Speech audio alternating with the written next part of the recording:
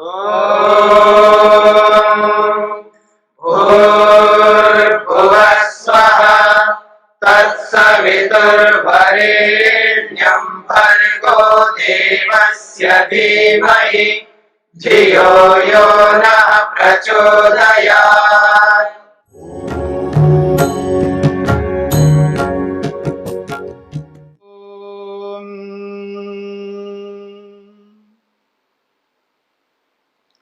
योग दर्शन के विभूति पाद तृतीय पाद को लेकर के हम विचार कर रहे हैं। 15वें सूत्र तक लंबी चर्चा हमने की है।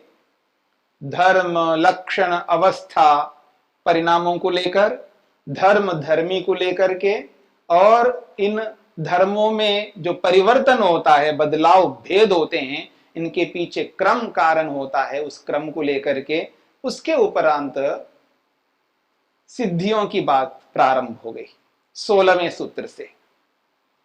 धर्म, लक्षण, अवस्था, इन तीनों परिणामों में संयम कर लेने से योगी को भूत का और भविष्य का उसको परिज्ञान होता है। ये बात 16वें सूत्र में कही गई। और मैंने कहा था अब यहां से विभूतियां, सिद्धियां प्रारंभ हो रही लगातार। तो आइए हम आगे बढ़ते हैं, सिद्धियों के इस श्रृंखला में सिद्धियों को समझने का प्रयत्न करते हैं। 17वां सूत्र आया आपके सामने और बहुत बड़ी विशेष बात कही जा रही है इस 17वें सूत्र में। और ऐसी बात कही जा रही है कि अमूमन इस बात को सुनकर के पहली बार आदमी के मन में ये बात आ सकती, क्या ये संभव हो सकता है, क्या ऐसा भी होता है, ऐसा लगेगा। जब ऋषि कह रहे हैं यहां पर कि क्या व्यक्ति को योग के माध्यम से क्या अनुभूति होती है, कैसी कैसी सिद्धियां प्राप्त होती है, ये योग का क्या चमत्कार है, ये आपको इस योग के माध्यम से, इस विभूति के माध्यम से आपको परिज्ञान होगा, बोध होगा। 17वां सूत्र देखिए क्या कहना चाहते हैं महर्षि पतंजलि।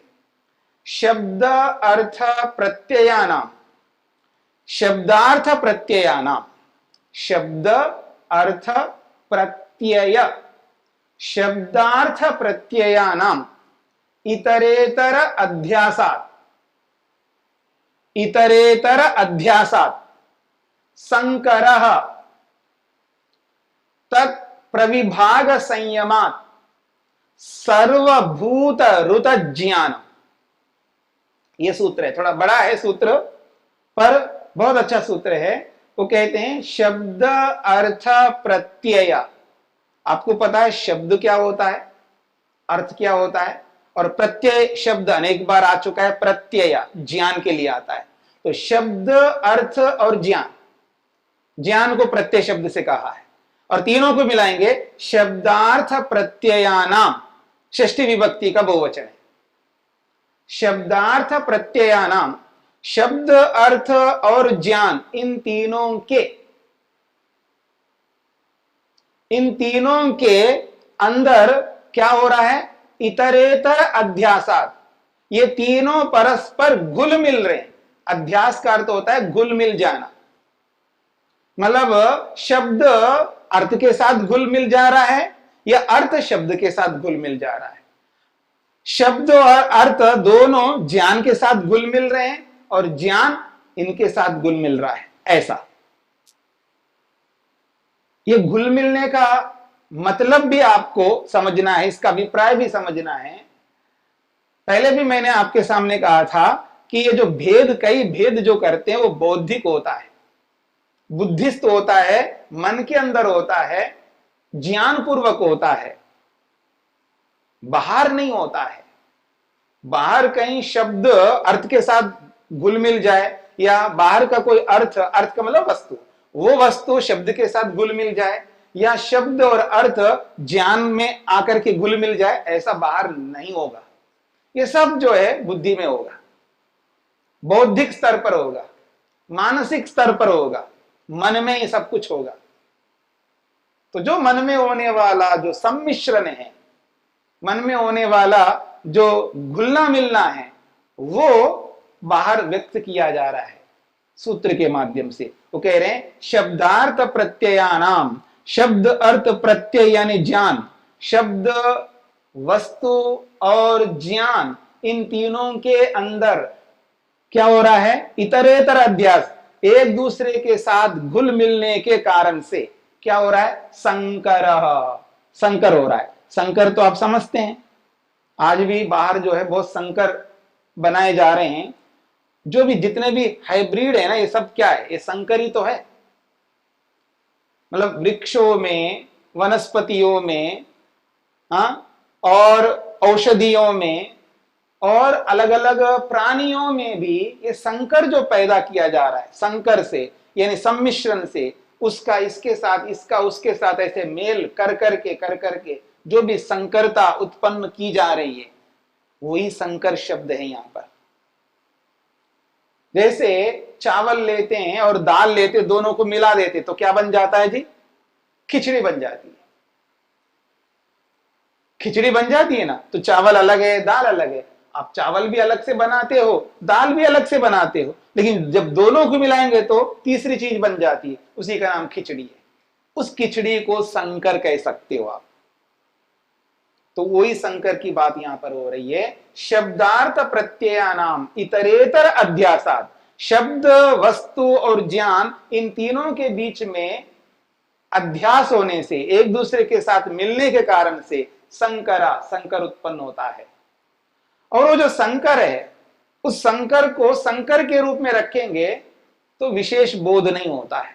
पर उस संकर को यदि हटा दें हम लोग, यानी तीनों को मिलाकर के देखेंगे तो कुछ नहीं समझ में आएगा, लेकिन तीनों को अलग अलग अनुभव करेंगे, शब्द को अलग से समझने का प्रयत्न करेंगे, वस्तु को अलग से समझने का प्रयत्न करेंगे और ज्ञान को अलग से समझने का प्रयत्न करेंगे, इसमें संकरता उत्पन्न नहीं करेंगे, इनका सम्मिश्रण नहीं करेंगे, इनकी खिचड़ी नहीं बनाएंगे, तो बहुत विशेष लाभ होगा। उसी विशेष लाभ की ओर सूत्र संकेत कर रहा है। वो कहते हैं तत्प्रविभाग संयमान। तत् शब्द से शब्द, अर्थ और ज्ञान, इन तीनों के लिए कहा जा रहा है। तत् शब्द जो है ये भी सर्वनाम है। कहता है तत् यानी शब्द, अर्थ और प्रत्यय, इन तीनों को अलग अलग करना, उसी अलग अलग को प्रविभाग शब्द से कहा है।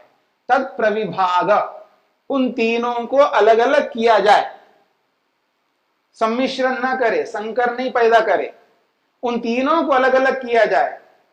तो अलग अलग करके क्या करें, संयम करे, उनमें केवल शब्द में संयम करे अलग से, केवल वस्तु में संयम करे अलग से, और केवल ज्ञान में संयम करे अलग से। ऐसा सूत्र कहना चाहते हैं। कह रहे हैं तत्प्रविभाग संयमात, उन तीनों में अलग अलग प्रकार से संयम करने से क्या होगा, कहते सर्वभूत, सर्व का अर्थ सभी, और भूत शब्द प्राणियों के लिए भी आता है। कोई भी लिविंग थिंग हो, living being, non living thing, कोई भी वस्तु हो, उस वस्तु को भूत शब्द से कहा जाता है। उनको भूत भी कहते हैं। भूत शब्द भूतकाल के लिए भी आता है, और भूत शब्द जो रहा नहीं, जो व्यक्ति शरीर छोड़ करके चला गया, उसके लिए भी भूत शब्द का प्रयोग कहते हैं। और वहां भूत के साथ प्रेत भी कहते हैं, भूत भी कहते हैं और प्रेत भी कहते हैं। पर ये भूत और प्रेत से लोगों के दिमाग में कुछ नई कल्पना हो गई आजकल। भूत प्रेत का मतलब वो ऐसा कल्पना करते हैं कि कोई ऐसा आदमी शरीर तो छोड़ करके गया है, लेकिन फिर भी घूम रहा है, यहाँ पर वहां घूम रहा है, वहां घूम रहा है। उस मकान में, जो बहुत पुराना मकान है जिसमें कोई नहीं रहता, वहां भूत घूमते हैं, वहां भूत रहते हैं। कोई कोई तो यहां तक बोल देता, मैंने साक्षात अपनी आंखों से भूत को देखा, ऐसा बोलता है। उसको ये बोध नहीं है कि भूत होता क्या है और प्रेत होता क्या है। कई बार भाषा विज्ञान ना समझने के कारण से, और कई बार सिद्धांत कॉन्सेप्ट्स न समझने के कारण से बहुत सारी भ्रांतियां लोगों में हुआ करती है। प्रेत का अर्थ होता प्रइता प्रेता, जो यहां से चला गया है उसको प्रेत कहते हैं। प्रइता प्रेता, ये संस्कृत का शब्द है। वो कहता प्रईता, यहां से जो गया है यानी शरीर को छोड़ करके गया है वो प्रेत है, वो कोई भी है। और याद रखना कि जब व्यक्ति शरीर को छोड़ता है तो वो केवल आत्मा होता है, वो केवल आत्म तत्व होता है, और वो आत्मा बिना शरीर के कुछ भी नहीं कर सकता, और वो आत्मा अपने आप कुछ करने के लिए उसके पास कोई सामर्थ्य नहीं होता। उस आत्मा का अपना इतना ऐसा कोई सामर्थ्य नहीं है वो कुछ कर सके। वो तो जैसे as a non living thing, जैसे कोई जड़ वस्तु होती है ना, उसी तरह वो हो जाता है, क्योंकि उसके पास कोई साधन नहीं है, ऐसे संसाधन नहीं है कि वो कुछ आपको हानि पहुंचा दे या कुछ आपको लाभ पहुंचा दे। वो केवल केवल केवल ईश्वर के अधिकार में रहेगा, क्योंकि शरीर से बाहर निकलना भी ईश्वर के अधिकार से है और शरीर के अंदर में प्रवेश करना भी ईश्वर के अधिकार से। हाँ, ये भी याद रखना, ये बहुत बड़ा विज्ञान है, लोगों को पता नहीं लगता। इसके लिए इन्वेस्टिगेशन करो, इसके लिए कॉन्सेप्ट समझ लो, सिद्धांत समझ लो, व्यवस्था समझ लो, नियम समझ लो कि शरीर में प्रवेश करना भी ईश्वराधीन है और शरीर से निकल जाना भी ईश्वराधीन है। हाँ, कोई ये समझ सकता है कि इसने सुसाइड कर लिया, आत्महत्या कर लिया, इसने फांसी ले लिया, इसने जहर खा के मर लिया, अपने आप मर गया, कहने को तो कहा जाता है, लेकिन उसके बैकग्राउंड में जाकर के देखिएगा, उस पर इन्वेस्टिगेशन करिएगा, उस पर विचार करिए, सिद्धांत सामने रख करके प्रमाण से देखिएगा, प्रमाण से तोल करके देखिएगा तो पता लगेगा।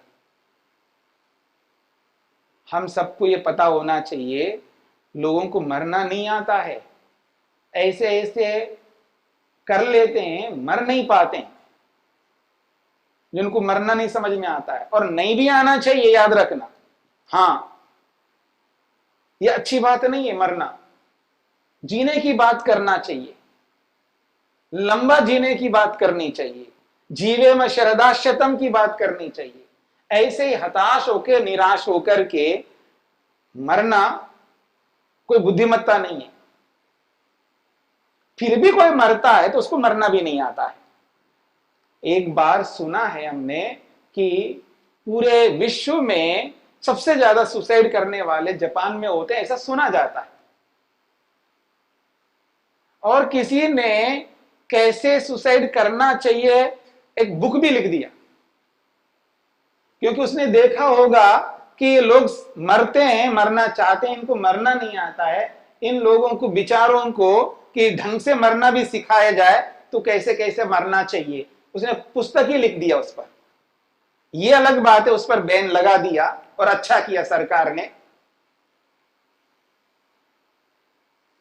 तो कहने का अभिप्राय है, अगर मरना है या तो शरीर से निकलना है, आपको निकलना है ना, अपने आप ऐसे निकल जाओ ना, पर ऐसे नहीं निकल सकते।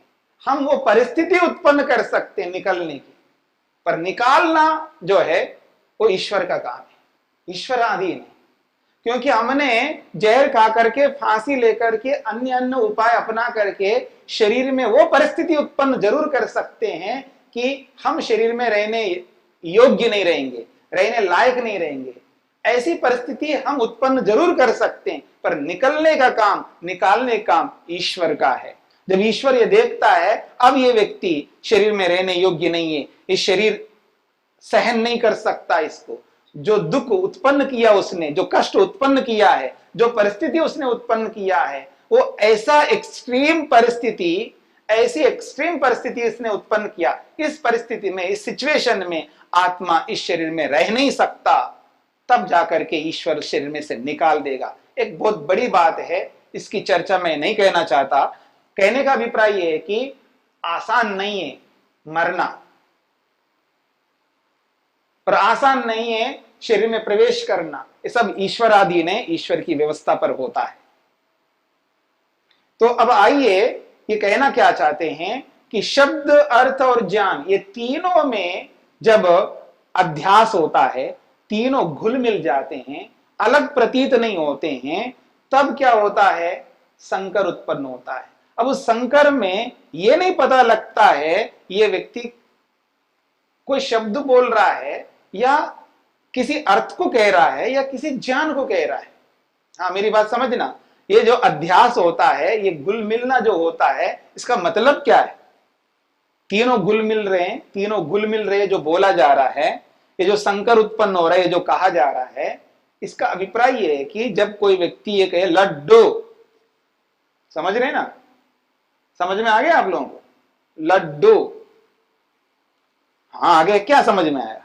लड्डू शब्द समझ में आया है, या लड्डू वस्तु जिसको खाते हैं वो वस्तु समझ में आई है, या लड्डू उस लड्डू का जो ज्ञान है, नॉलेज है, उसका इंफॉर्मेशन है, वो समझ में आया? क्या समझ में आया?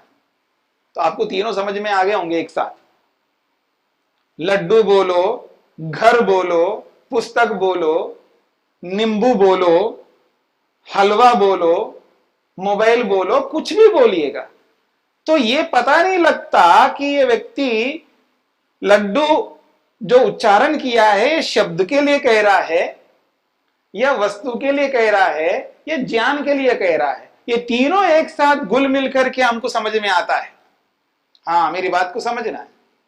जब कोई व्यक्ति शब्दों का उच्चारण करता है, बोलता है वाणी से, तब क्या होता है कि शब्द भी, वस्तु भी और वस्तु का ज्ञान भी, तीनों एक साथ समझ में आ जाते हैं हमको। तीनों को मिला करके ही समझते हम लोग, अलग अलग करके नहीं समझते। यही अध्यास है, यही एक दूसरे के साथ घुल मिलना है, इसी को कहा संकर। ये संकर है। तो हम तो खिचड़ी बना करके प्रयोग करते हैं। बोलने वाले जब बोलते हैं वो भी खिचड़ी बना करके बोलता है, और सुनने वाले जो सुनते हैं वही खिचड़ी बना करके सुनते हैं। मोटी भाषा में कह रहा हूं, यानी शब्द, वस्तु और उसका ज्ञान, तीनों को घुल मिला करके, तीनों को सम्मिश्रित करके ही हम समझते हैं। बोलने वाले भी ऐसे और सुनने वाले भी ऐसे करते हैं, और इसे व्यवहार चल रहा है, इसमें कोई आपत्ति नहीं आ रही है। और मैं ऐसा भी नहीं कहना चाह रहा हूं ऐसा ना हो, ऐसा नहीं करना चाहिए, गलत है, ये बात नहीं कहना चाह रहा। ऐसा करने पर भी हमारा व्यवहार आसानी से चल रहा है, व्यवहार में कोई कठिनाई नहीं हो रही है, व्यवहार में कोई असिद्धि नहीं हो रही है, ऐसा हम सब समझते जा रहे हैं, इसमें कोई आपत्ति नहीं है। ऐसे व्यवहार से ना आपकी हानि हो रही है, ना मेरी हानि हो रही है, ना किसी तीसरे की हानि हो रही है। ऐसा व्यवहार करके हम व्यवहार की सिद्धि कर रहे हैं। जिस व्यवहार से व्यवहार की सिद्धि होती है वो गलत नहीं होता है, पर उस व्यवहार से यहां पर चलने पर वो समझ में नहीं आएगा जो ये कहना चाहते हैं। जिस ओर ये इंगित करना चाहते, जिस ओर ये संकेत करना चाहते हैं, वो यहां पर उसकी सिद्धि नहीं हो पाएगी। इसलिए वो कहना चाहते हैं महर्षि पतंजलि, संकर करके नहीं चलो। मैं जो कहना चाह रहा हूं, जो उपलब्धि, जो सिद्धि आपको प्राप्त करवाना चाह रहा हूं, जो विभूति आपको दिलवाना चाह रहा हूं, उसके लिए इन तीनों को जैसे लोक में व्यवहार करते हुए चलते हैं वैसा मत चलो, उससे हट करके चलो, तब जाकर के आपको वो सिद्धि, वो उपलब्धि, वो विभूति प्राप्त होगी। ऐसा महर्षि पतंजलि कहना चाह रहे हैं। यहां पर वो क्या कह रहे हैं? शब्दार्थ प्रत्ययानाम, शब्द, अर्थ और प्रत्यय यानी ज्ञान, इन तीनों के इतरेतर अध्यासात, ये तीनों एक दूसरे के साथ घुल मिल करके चलते हैं। इन तीनों को मिला करके, तीनों के सम्मिश्रण से हम चलाते हैं, तभी संकर होता है। हम केवल शब्द को नहीं समझ रहे होते हैं। जब कोई व्यक्ति बोलता है, लड्डू बोलता है, तो हम केवल शब्द को नहीं समझ रहे होते हैं, केवल अर्थ को नहीं समझ रहे होते हैं, केवल उस लड्डू रूपी अर्थ के ज्ञान को नहीं समझ रहे होते हैं, हम तीनों को इकट्ठा मिला करके समझ रहे होते हैं। अगर ऐसा हम करते रहेंगे तो ये जो विभूति है, ये जो सिद्धि है, वो हमें नहीं होती है। फिर कब होती है? कह रहे हैं इस संकर को मिटाना होगा, इस संकर को हटाना होगा। इसलिए कह रहे तत्प्रविभाग, इन तीनों में विभाग कर लो, इनको पृथक पृथक कर लो जी, इनको अलग अलग कर लो। शब्द को अलग करो, और वो शब्द जिस वस्तु को, जिस अर्थ को कह रहा है, उस अर्थ को अलग कर दो, और वो जो अर्थ का जो ज्ञान है, उसकी जो जानकारी है, उसको बिल्कुल अलग करो। तीनों को अलग अलग करो। वैसे अलग ही है, पर अलग कहां से करें? बुद्धि से करना है। हम बुद्धि में इन तीनों को मिलाते रहते हैं, बौद्धिक स्तर पर इनको मिला के रखते हैं। तो बुद्धि के स्तर पर, बौद्धिक स्तर पर जो हम मिला के रखते हैं, इस मिलाप को अलग कर दो, बौद्धिक स्तर पर इन तीनों को अलग अलग रखो। तो कहना चाह रहे हैं तत्प्रविभाग, उनको तीनों को विभाग करके अलग रख दो। फिर अलग करके क्या करो? संयमात, उनमें संयम करो, उनमें शब्द में संयम करो, अर्थात शब्द में धारणा ध्यान समाधि लगाओ। ऐसे अर्थ में संयम करो, अर्थ में धारणा ध्यान समाधि लगाओ, और ज्ञान में संयम करो, ज्ञान में धारणा ध्यान समाधि लगाओ। तो तीनों में ऐसा करने से सर्वभूत रुत ज्ञानम, समस्त प्राणियों का जो उनकी बोली है, सब प्राणी अलग अलग जो अपनी बोली बोलते हैं, उन बोलियों का ज्ञान होता है। बहुत बड़ी उपलब्धि है, सिद्धि है। इसकी चर्चा हम और आगे करेंगे।